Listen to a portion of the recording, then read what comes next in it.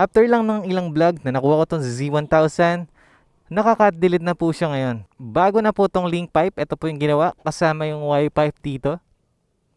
Tapos na naging putol po nila, dito lang. Nandito pa po yung sensor. Bago dumating dyan sa sensor na yan, wala na po yung breadbox. Yung malaki dito, yung nakita nyo. Diretso na agad dito sa exhaust. And yes, 3,500 or 4,000 lang yung presyo nito. Kaya lang naging 4,000 kasi nagtip ako eh. Pero syempre, depende pa rin po yan sa ipapagawa nyo. So yung pinakita ko sa inyo kung ano lang yung kinat, then yun na po yung ginawa kay Z1. Yung canister po sa akin po yun, kaya hindi dapat kasama sa gastos yun. Iba kasi nagpapaka-delete, wala pa silang canister. So mas lumalaki yung value nung pagpapaka-delete nila. For sure may magsasabi dyan, mura ah.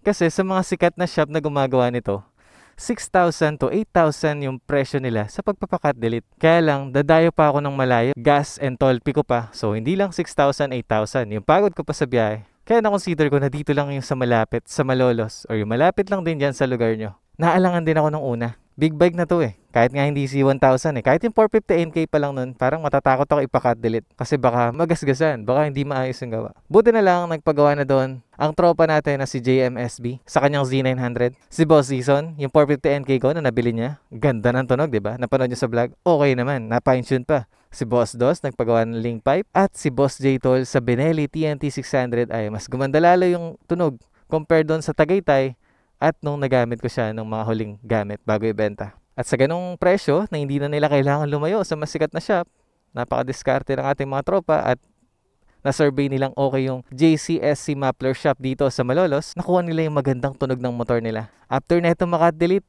mapapansin nyo, ang daming nagpapabomba lalo. Tapos pag napanood nyo na po yung buong situation nung araw kung paano nangyari yung pagka-cut delete dito at yung mga montage, usap po tayo ulit sa dulo ng video kung ano yung mga napansin ko, kung okay pa rin ba hanggang ngayon yung cut delete, ano yung nitpicks ko, ano yung nagustuhan ko. Kita-kits mamaya ulit. Enjoy sa panonood sa mismong araw na pinaka-cut delete ko to.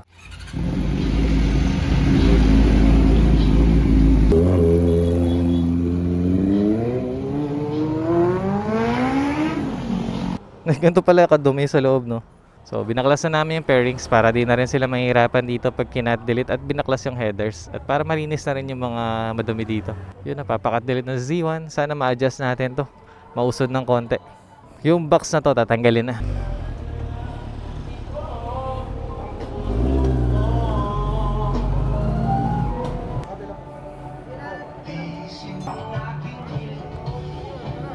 So, wala namang babaguhin na exhaust. Ito pa rin, SC Project. Adjust lang namin yung tapakan na tumatama sa sapatos na nasunog yung sapatos ng bebe ko. Tapos, kung kaya itong bracket, dito nakaipit. Tapos, lalagay tayo ng brace dito para maibaba. Flat bar. Tapos, papalitan na ng tubo at puputulin dito. Yun, no? Si tropang GMSB, alam ko may sticker din dito. Baka nawala na. Ay, may motowell. So, pag nagpunta kayo dito, nagpagawa kayo dito sa Malolos, ito yung sticker natin. Dito tayo nagpakat delete. Mas mura kaysa sa mga kilalang gumagawa talaga ng exhaust. So, 3,500 po ang siningil nila sa akin sa cut delete ng Z1000. Mga nasa 5 hours daw po itong gagawin. So, mga hapon na babalikan. Yung comparison nito, before, na ito yung stock, ito yung tunog niya. Play natin ulit sa screen.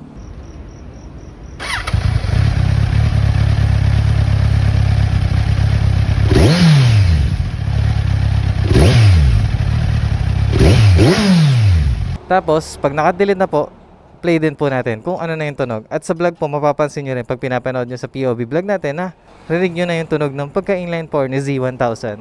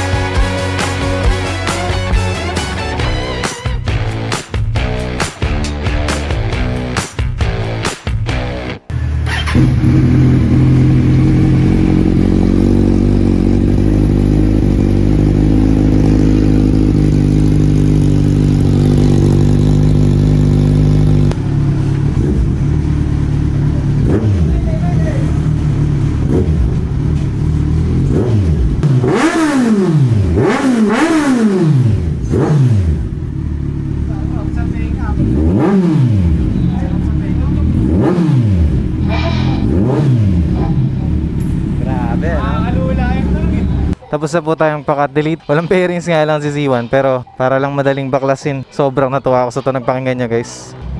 Grabe, lalim ng tunog. Nanginginig ako.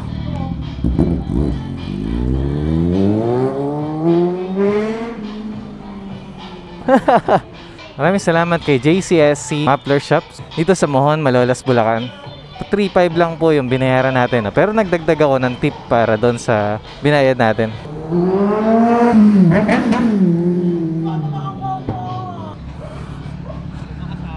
Lumakas. Walang check engine guys, oh. Whee! Let's go.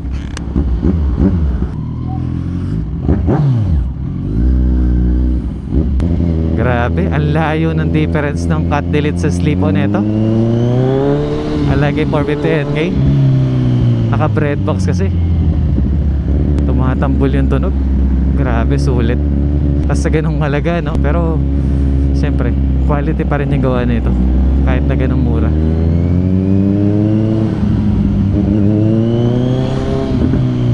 Grabe, hindi pa tayo humahataw, rinig na. Matatakot talaga ang sumusunod or sinusundan. Oh my God, di ako makapagsalita na maayos. Genuine reaction tayo.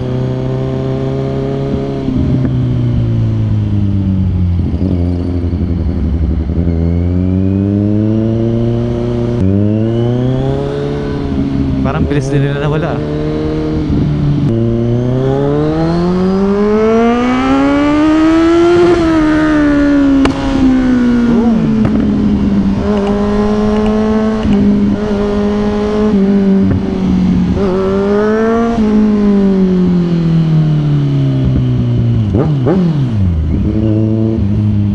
Thank you Boss Dos and Boss Ison sa pagdadala na ito para maka-delete. Grabe, sarap ng tunog, ganda.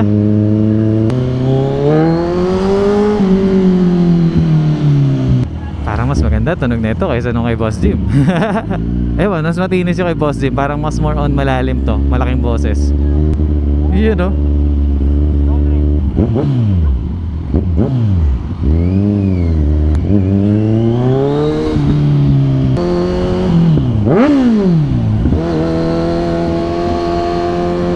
Yun nga lang, wala tayong pairings, no?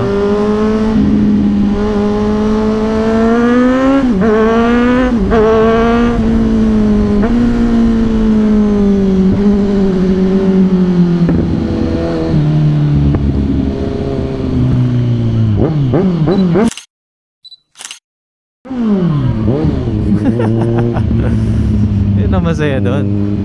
Grabe, malayo pa lang rinig na sa Z1000.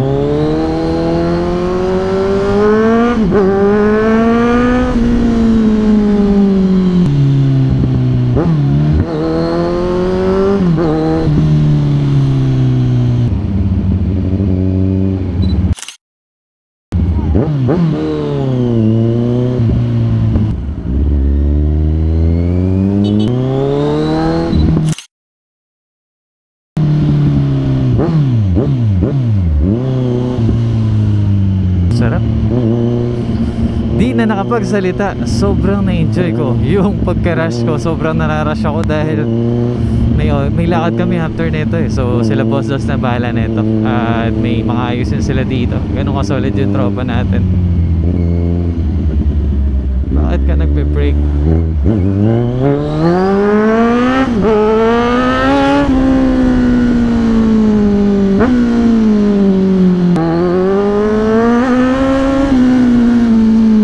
Nabibingi yung mic ko sa ganitong ingay. Grabe, ang sarap ng tunog na to para sa vlog.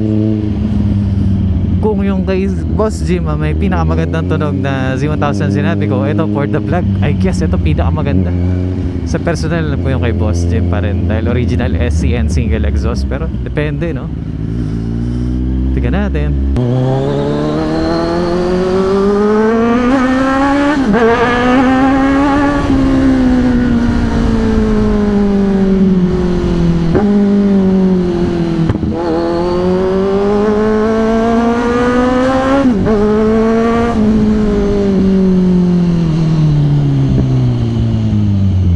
Thanks you for watching sa pagkakadelete natin ito. Si Z1 na pala magpapatuloy ng vlog, hindi ako, dahil di na ako nakapagkwento.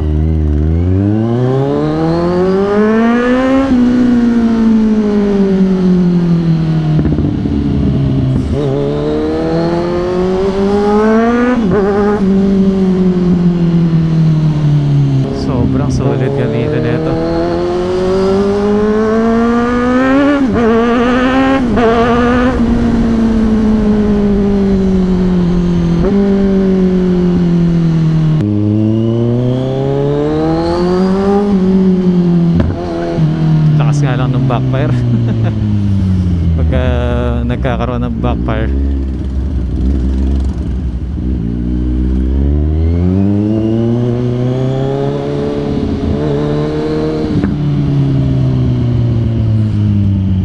Traffic ang aming lakad. Drive naman ako na ito. Relax ako.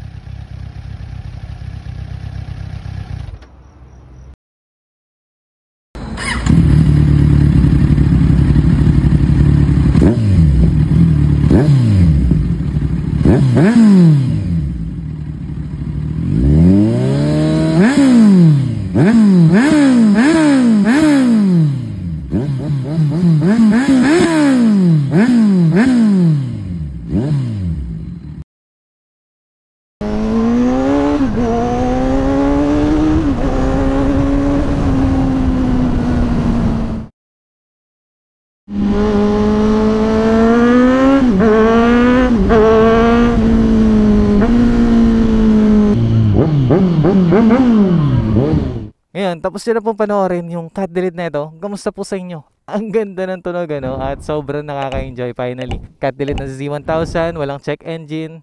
At ito, yung mga napansin ko nga lang sa halagang 3.5. Pakita natin sa inyo. Ganyan po yung tsura ng welding. For me, maganda yung gantong welding, lalo na't kahit mano-mano lang, no? Dot welding. Saka mahalaga, dapat walang singaw. Tapos naglagay tayo ng washer dito para hindi nakadikit. Tapos, ayan, flat bar. Ganyan nga lang itsura niya. Sa-align na natin, hindi na nasusunog yung sapatos o angkas ko. Ito lang napansin ko. Tanong ko sa inyo guys. Okay lang ba yan? Hindi nakasagad. Okay lang din ba sa inyo na walang bracket dito? Ayun, no? Lagayan din ng bracket sana yan sa bread box. Para hindi lang dito aasa yung exhaust sa pagkakapitan. Kung may bracket lang sana dito, yung frame niyang maghahawak sa kanya, kahit wala na to para hindi madumi. Para nakalutaw na lang dito yung muffler. Huwag nyo man napansinin na magkaiba yung AR, no? In-order ko na yung kamukha nito pero same AR naman niya. Magkaiba lang ng kulay. Sa alignment, medyo nakabuka dito, Tapos dito nakadikit. Yun nga lang, no? Yan ang hirap din talaga sa dual exhaust. Sa tingin ko sa mga sikat na shop, yan naman aayusin nila yung pagkakapantay. Comment down below sa mga nagpagawa na sa mga kilalang shop kung mas maganda yung alignment nung dual exhaust nyo dito. At dahil hindi ko na kinaya na naka-helmet, tinanggal ko na yung helmet, isipon na rin ako Eto nung una, tumatama Makita nyo may gas-gas dyan Inalala ko yan, baka tamaan yung welding, magkaroon ng singaw. Dahil in-adjust ko na yung napihit naman namin to, pinihit ko to. Binaba natin to, tapos to tinaas ko. Medyo dumikit lang siya doon, pero mas balanse na yung level nila. Ngayon sa tingin ko, hindi na ganun kalapit at hindi na tumatama. Pasensya na kayo kung medyo madumi yung kadena natin. Actually, mas madumi pa yan before at kinakalawang. Nilinis na nga yan ng mga tropa natin sa Dostrep Garage Maraming salamat ulit. Next na napansin ko after ng cut delete, yung gasolina, mas amoy na, mas masakit sa mata, mas sumisingaw na. Kaya mas malakas na siya lalo sa gas. Pero based sa fuel consumption computation natin, hindi naman nalalayo sa sleep-on computation ko before. Sa mga ride bago ito ipa-cut delete. Kanina, 13 kmpl mixed riding, ganon din naman nung nakaraan, 13 kmpl, tipid mode pa nga yun 13.5. Add ko na rin dito kahit gagawin ko pa lang ng content ang tagtag ng Z1000 na hindi R edition. Pero yan, sana mapatune natin, sana mapid natin, sana maayos natin. Yung sound check na insert ko naman insert natin ulit before and after. Pati yung from SC Project, tas naging Austin Racing.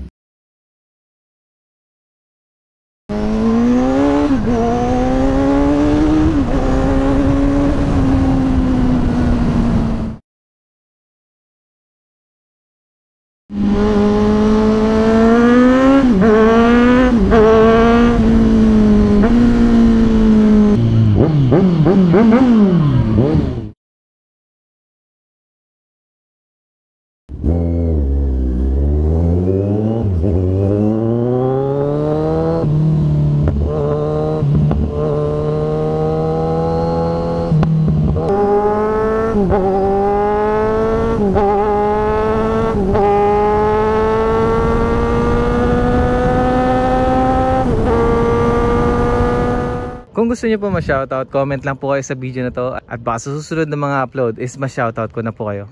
Huwag po kayo magsawang mag-comment na magpa-shoutout kung gusto niyo po.